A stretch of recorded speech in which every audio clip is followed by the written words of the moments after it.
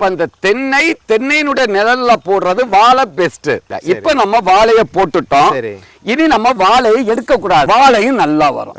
இந்த உப்பு தாங்கி வளர வாழை வந்து பூவனை விடவும் நீங்க நாட்டு ரகங்களை யூஸ் பண்ணணும். முப்பட்டை அந்த திருநெல்வேலி ஏரியாவில எல்லாம் போடுவாங்க, கற்பூரவள்ளி, மொந்தல்ல 2 டைப் இருக்கு, நீலம் மொந்த, சின்ன புடி மொந்தன்னு சொல்லுவாங்க. மொந்த இத மாதிரிப்பட்ட ரகங்கள் பூவனும் ஒரு உப்பு தாங்கி வளரும். இத மாதிரிப்பட்ட பயிர்களை தான் நீங்க இந்த உப்பு வாழை போடுறது தவறு இல்லை. பொறுத்தல செவ்வாழை பெஸ்ட்.